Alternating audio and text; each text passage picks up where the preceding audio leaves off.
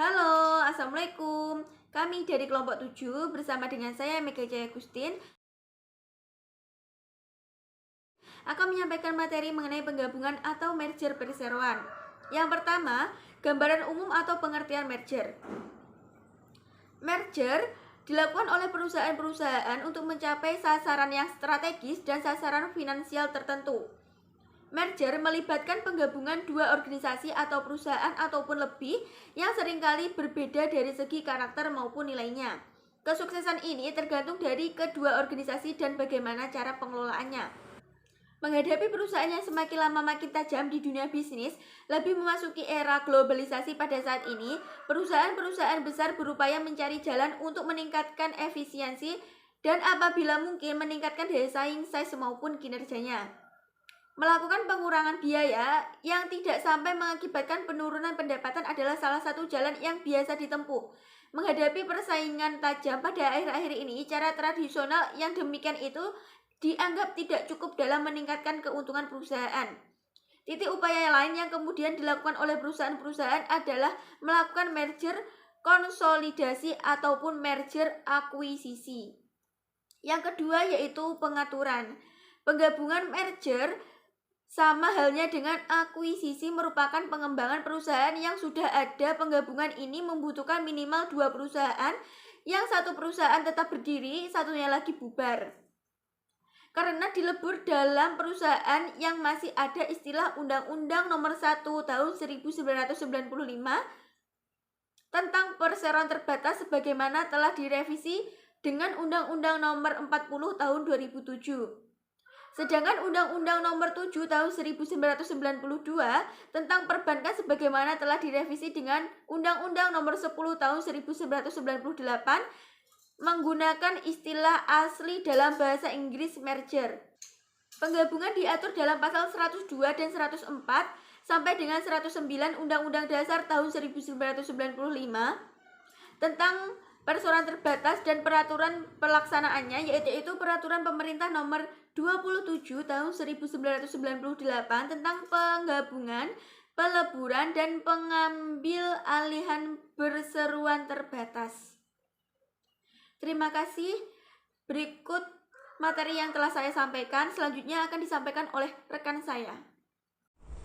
Halo, nama saya Fadilah Hidayat. Di sini saya akan melanjutkan pemaparan materinya, yaitu alasan dan penggabungan. Pada sistem penggabungan, maka salah satu perusahaan harus bubar karena bergabung dengan usaha yang masih ada. Selain itu, dengan adanya penggabungan justru memperkecil jumlah perusahaan, tetapi dapat memperbesar kekuatan finansial dan strategi perusahaan. Alasan penggabungan sama halnya dengan akuisisi, yaitu beberapa perusahaan mengalami kesulitan berkembang baik karena kekurangan modal maupun karena manajemen yang lemah, membuat mereka tidak mampu bersaing. Selanjutnya yaitu ada beberapa tujuan penggabungan untuk mencapai hal-hal berikut ini, yaitu yang pertama memperkecil jumlah modal. Selanjutnya yang kedua yaitu menyelamatkan kelangsungan produksi, yang ketiga mengamankan jalur produksi, yang keempat memperbesar sinergi perusahaan, yang kelima mengurangi persaingan serta menuju pada monopolistik. Yang keempat, aspek hukum penggabungan. Dalam hal penggabungan perseroan ada beberapa perbuatan hukum yang harus diperhatikan. Yang pertama, kepentingan perseroan, pemegang saham minoritas karyawan persero.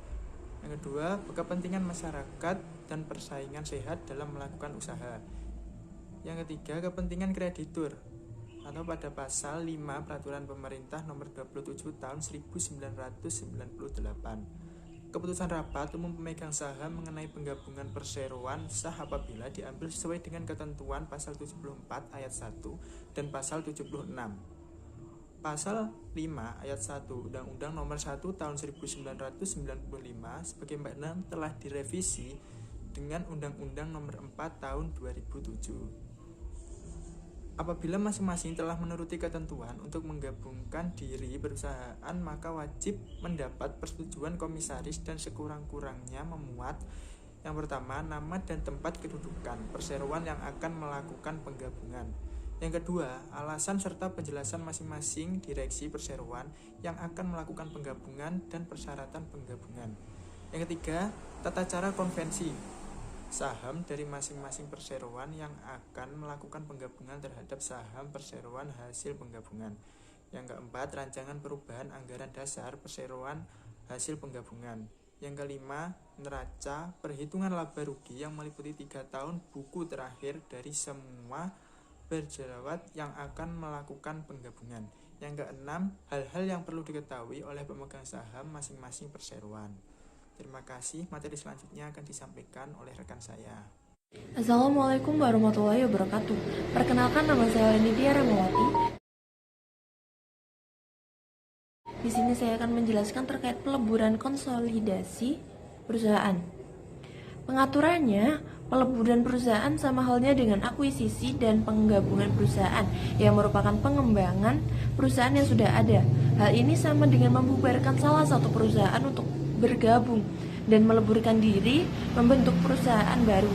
Istilah peleburan dipakai dalam Undang-Undang Nomor 1 Tahun 1995 sebagaimana telah direvisi dengan Undang-Undang Nomor 40 Tahun 2007 tentang perseroan terbatas. Yang kedua, ada alasan dan tujuan peleburan. Menurut ketentuan pasal 1 angka 2 Peraturan Pemerintah Nomor 27 Tahun 1998 bahwa peleburan adalah perbuatan hukum yang dilakukan oleh dua perseroan atau lebih untuk meleburkan diri dengan cara membentuk satu perseroan baru dan masing-masing perseroan yang meleburkan diri menjadi bubar. Beda halnya dengan penggabungan. Kalau penggabungan, satu perseroan akan tetap berdiri, yang lain dibubarkan. Sedangkan kalau peleburan, semua perseroan yang ada dibubarkan dan membentuk satu perseroan yang baru. Sebagaimana halnya dengan penggabungan, maka peleburan juga bertujuan untuk mencapai hal-hal berikut ini. Yang A, memperbesar jumlah modal. B, memperbesar sinergi perseroan. C, menyelamatkan kelangsungan produksi. D, mengamankan jalur distribusi. Dan yang terakhir E, mengurangi persaingan dan mampu bersaing secara monopolistik. Namun, peleburan yang menuju pada monopoli usaha adalah dilarang karena monopoli itu hanya menguntungkan satu atau sekelompok orang. Untuk mencegah terjadinya monopoli, maka pada tanggal 5 Mei 1999 diundangkan Undang-Undang Nomor 5 Tahun 1999 tentang larangan praktik monopoli dan persaingan usaha tidak sehat melalui Lembar Peran Negara Republik Indonesia tahun 1999 nomor 33. Dan yang ketiga, ada aspek hukum peleburan. Pada pasal 104 ayat 1 Undang-Undang Nomor 1 Tahun 1995 mengingatkan bahwa ada beberapa hal yang perlu diperhatikan dalam pembuatan hukum peleburan. A. Kepentingan perseroan, pemegang saham minoritas, dan karyawan perseroan. Assalamualaikum warahmatullahi wabarakatuh. Perkenalkan, nama saya Sufia Dela. Di sini saya akan menjelaskan materi mengenai akuisisi atau pengambil alihan perusahaan. Pengertian akuisisi merupakan cara mengembangkan perusahaan yang sudah ada atau menyelamatkan perusahaan yang sedang mengalami kekurangan atau kesulitan modal. Akuisisi adalah serapan dari kata bahasa Inggris acquisition, artinya mengambil alih, menguasai, atau memperoleh. Istilah akuisisi dipakai dalam Undang-Undang Nomor 7 Tahun 1992 sebagaimana telah direvisi Undang-Undang Nomor 10 Tahun 1998 tentang perbankan. Akan tetapi, Undang-Undang Nomor 1 Tahun 1945 sebagaimana telah direvisi Undang-Undang 40 Tahun 2007 tentang perseroan terbatas menggunakan istilah pengambil alihan atau take over. Dalam pasal 1 angka 3 Pemerintah Nomor 27 Tahun 1998 ditentukan pengambil alihan adalah perbuatan hukum yang dilakukan oleh badan hukum atau orang perseorangan untuk mengambil alih baik seluruh ataupun sebagian besar saham perseorangan yang dapat mengakibatkan beralihnya pengendalian terhadap perseorangan tersebut. Dengan demikian, menurut istilah undang-undang, istilah akuisisi berarti sama dengan pengambil alihan. Orang perseorangan boleh mengambil alih sebagian besar saham atau perseorangan. Dalam pembahasan berikutnya, istilah yang dipakai adalah akuisisi karena lebih singkat. Adapun Agus Rianto merumuskan akuisisi sebagai tindakan pengambil alihan atau take over kepemilikan suatu perusahaan melalui perseorangan tersebut. Pengambilan kepemilikan itu adalah proses pembelian saham perseorangan oleh perseorangan pengakuisisi sehingga perseorangan ini memiliki jumlah mayoritas dalam kepemilikan saham. Jadi unsur penting dalam konsep akuisisi adalah kepemilikan sebagian besar atau seluruh saham melalui proses pembelian, sedangkan perseorangannya sendiri masih tetap berjalan seperti biasa, tetapi di bawah kendali perseorangan pengakuisisi karena mayoritas suara dalam rapat umum pemegang saham dikuasai oleh perseorangan pengakuisisi. Akuisisi atau pengambil alihan diatur dalam pasal 103 sampai dengan pasal 105 Undang-Undang Nomor 1 Tahun 1995 tentang perseorangan terbatas dan peraturan pelaksanaan. Yaitu peraturan peraturan pemerintah Nomor 27 Tahun 1998 penggabungan, peleburan dan pengambil alihan perseorangan terbatas. Di samping itu, khusus mengenai perbankan, merger, konsolidasi, dan akuisisi bank diatur dalam pasal 28 Undang-Undang Nomor 7 Tahun 1992 tentang perbankan dan peraturan pelaksanaan, yaitu peraturan pemerintah 28 Tahun 1999 tentang merger, konsolidasi, dan akuisisi bank.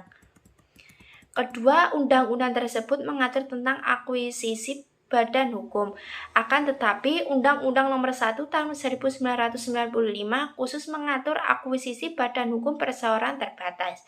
Sedangkan Undang-Undang Nomor 7 Tahun 1992 mengatur juga akuisisi badan hukum selain perseorangan terbatas. Hubungan antara kedua undang-undang tersebut terletak pada kesamaan pengaturan perseorangan terbatas, sehingga sejauh mengenai akuisisi atau pengambilan bank yang berbentuk pasal 103 sampai dengan pasal 105 Undang-Undang Nomor 1 Tahun 1995 dan peraturan pelaksanaannya kecuali jika undang-undang mengatur lain. Sekian dari saya. Wassalamualaikum warahmatullahi wabarakatuh. Assalamualaikum warahmatullahi wabarakatuh. Perkenalkan, nama saya Muhammad Agung Nugroho. Meneruskan materi tentang akuisisi, yakni pengambil alihan perusahaan. Nomor 2, jenis-jenis akuisisi. Ditinjau dari segi kekuasaan perseroan, akuisisi dapat dilakukan secara internal atau eksternal. Akuisisi internal adalah akuisisi terhadap perseroan dalam kelompok atau grup memiliki beberapa perseroan, baik sejenis ataupun tidak sejenis yang berdiri sendiri. Akuisisi eksternal adalah akuisisi terhadap perseroan di luar kelompok atau grup sendiri atau terhadap perseroan dari kelompok lain, baik sejenis maupun tidak sejenis. Ditinjau dari segi keberadaan perseroan, akuisisi atau pengambil alihan itu dapat juga dibedakan antara akuisisi finansial dan akuisisi strategi. Akuisisi finansial, yakni financial acquisition, adalah akuisisi terhadap satu atau beberapa perseroan tertentu dengan tujuan untuk memperoleh keuntungan finansial dengan jalan memperbaiki kondisi perseroan terakuisisi. Yang kedua, akuisisi strategi, yakni strategic acquisition, adalah akuisisi yang bertujuan menciptakan sinergi berdasarkan pertimbangan jangka panjang. Akuisisi strategi mempunyai 3 tipe, yakni akuisisi horizontal, vertikal, dan konglomerasi. Akuisisi horizontal adalah akuisisi terhadap perseroan yang memiliki produk dan jasa sejenis atau pesaing yang memiliki daerah pemasaran yang sama. Akuisisi horizontal ini bertujuan untuk memperluas pasar. Yang kedua, akuisisi vertikal. Akuisisi vertikal adalah akuisisi terhadap perseroan yang memiliki produk dan jasa yang tidak sejenis dengan tujuan untuk menguasai mata rantai produksi dan distribusi dari hulu ke hilir.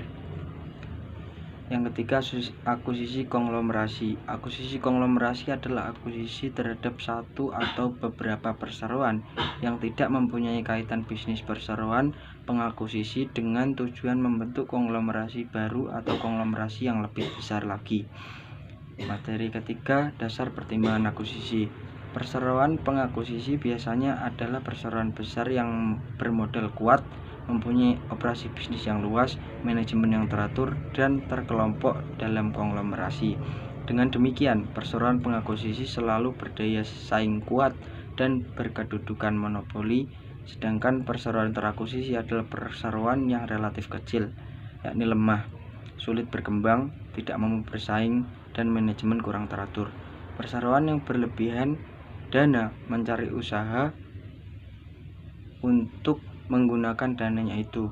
Di pihak lain, ada perseroan yang sulit berkembang atau ingin bergabung dalam konglomerasi. Keadaan demikian menjadi dasar pertimbangan terjadinya akuisisi, baik secara terpaksa karena sulit bertahan hidup maupun secara sukarela karena ingin menjadi kelompok konglomerasi perseroan yang diakuisisi secara terpaksa. Sebenarnya tidak ingin diakuisisi, tetapi karena tidak mampu lagi bersaing, akhirnya setuju diakuisisi. Perseroan yang rela diakuisisi menggunakan pertimbangan lebih baik diakuisisi daripada kesulitan operasional sehingga perseroan itu dapat diselamatkan dari kehancuran dan memperoleh pengalaman baru dari segi manajemen karena berada dalam kelompok konglomerasi yang berpengalaman.